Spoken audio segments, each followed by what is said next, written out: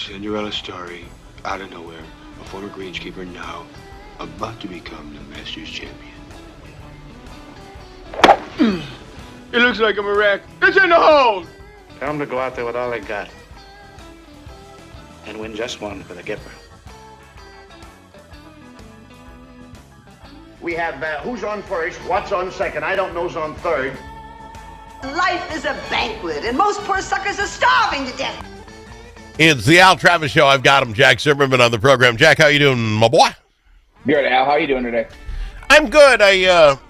Always plenty to talk about on the program, but over the weekend, I saw two, I find, very fascinating articles. I'd love to get your idea. Did you watch this Alex Hennard guy, the climbing guy, climb up a 170-story building on the outside in Taipei? Did you happen to see that? I missed that. I forgot that was on.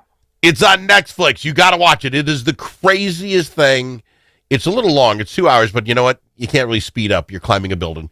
But they had announcers who were really not good at announcing, but that was kind of half the fun. That was crazy. That was absolutely the craziest thing I ever saw. Off or did he fall?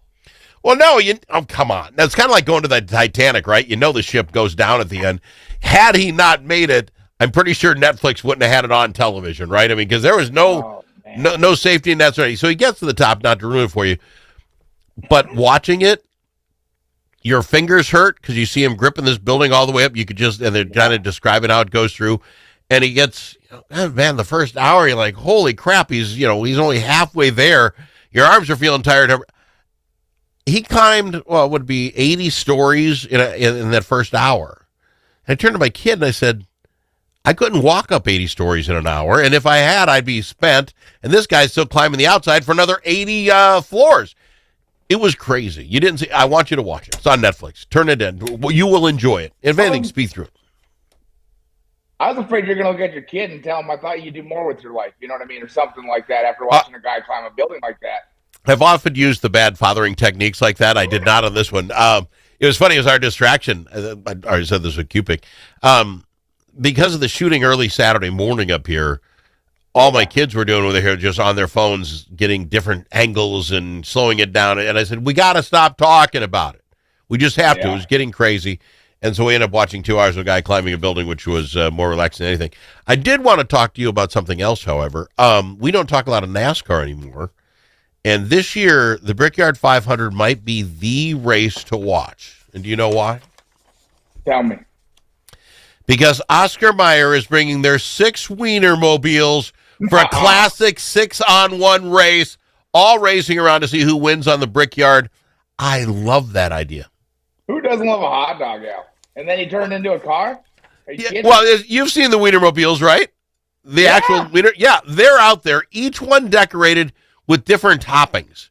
There's the chai chili dog from Chicago, and it's got a number. Every dog's different lead race, so you can vote for them by that or their number. And here's my thought. What was Smoke's name? What was Smoke's real name? Tony Stewart, right? Tony Stewart, yeah. Oh, yeah. He was famous as saying he'd race anything. So did Kevin Harvick. I think you find 6 old school guys who would take a Wienermobile, and now I'm very interested. Would you bet on a hot dog car race? I love this idea. I'm going chili dog for sure if they got one. I mean, personally. But I think this is a great idea. I think it's exciting. It's better than Taylor Swift being at a Chiefs game. Thank you. And it's better than the Pro Bowl games or whatever they're trying to pull off, you know. This is going to be real entertainment, real competition. This is what America wants, Al. I see. I think that they did something like this last year. Said everybody was yelling for it to have it back. I think you can grow this into something really large. I'm excited about it. I'm going to have to talk to them. Like a weekly series, you know? Don't you have to get to go to the Wiener Whistle to get? Go to the Wienermobile to get the authentic Wiener Whistle? Yeah, you do. And then what are those baseball teams that have like the hot dog and the bratwurst guys racing around? People love that stuff in costumes. I think this could go somewhere. You brought up the All-Star game. Can we venture off for a second? I honestly believe hockey might have the only idea how to do an All-Star weekend. Baseball All-Star weekend is a joke. Every pitcher gets to be in, so you have 18 pitchers, takes forever. Everybody gets to play. Hate it. Basketball is not even the game, right? No, it's a joke. Yeah, so it's there. Football is going out of their way to be the worst. Why in the world would I tune in on a Sunday to watch a bunch of players play flag football? And you watch it, no one knows the rules. They make up rules. They go, it is ridiculous. Your thoughts? Yeah, it's pathetic that we've stooped to this level of doing anything to gain marketing dollars, I don't think that anybody genuinely wants to watch that. I don't think anybody's looking forward to it. The only reason it would ever be on is because you need something on in the background while you're smoking a cigar, right, Al? Well, exactly, but I don't have any problem with people trying to make their money. But what we will accept has changed. I don't know how old you are, but back in the 70s, it was Battle of the Network Stars. And they'd bring on the Suzanne Summers and all the beautiful people, and then they'd do some sport with some football guy. And you just like watching them running on the beach. It was fantastic. I would put that back before I watch a bunch of guys play flag football. Put that back. If I could make any change to TV, Al, it would be that you can't advertise prescription medications on while I'm trying to enjoy a Saturday football game, and I have to listen to, no offense to anybody with Crohn's disease or this or that, but I know way too much about it now for something that I don't have, and I can't. It's just like it's sad to think about it, as I'm trying to watch a football game and enjoy it. And if you're allowed to do it, I think you have to tell us what it fixes at the start. Like you say, don't wait to the very end. And if you have Crohn's, let us know. I've just watched 60 seconds of a bunch of things you can go wrong, and now I know it's about something I don't have. Start here. This is a commercial about Crohn's disease. Kick in the dancing singers, whatever you want to do. Do your thing, but at least now I know I can tune out. But they catch you because it's like, ooh, that guy looks like me. Maybe he's got something I've got. And then you got the side effects part of it all, and the whole time I'm sitting here going, shouldn't this be a conversation between you and your doctor, And the one that gets me, and if you're pregnant or if you had a heart attack, let your doctor know. He'd be the first to know, wouldn't he? I'm sorry, ladies, you're in there having something and you're getting like, oh, by the way, you did not check the fetal heartbeat? How did the doctor not know this stuff? Look at my chart. I don't know. And can I do another thing? And I'm making a vow here in front of all of you. Uh-oh. The marketing people on these companies drive me nuts. There's two things. One is if everything in your commercial matches the color of your packaging. My sports car is some weird purple or it's a weird orange because it matches. I'm not buying your stuff. You think I'm that stupid that's what I'm going to do? You ruined a great Ford Mustang by painting that stupid orange color. I'm not buying. And the other thing is, Jack, and I'm speaking as a fat guy, okay? We don't dance in the stores. We don't dance around fountains. We don't pretend we've got a bunch of others just walking down the street and all the chubbies come out and follow us and we break into song. That's ridiculous. I'm not buying your product because you make me feel like a fool. Is that fair? I mean, I'm a chubby walking around a fountain singing. Yeah, I'm not the leader, and I'm not jumping in either. I'll tell you what, walking down my street, all of a sudden a bunch of chubsters come walking down, singing and doing the dance thing. I'm taking photos and laughing at them, and I'm one of them, okay? I'm not joining in.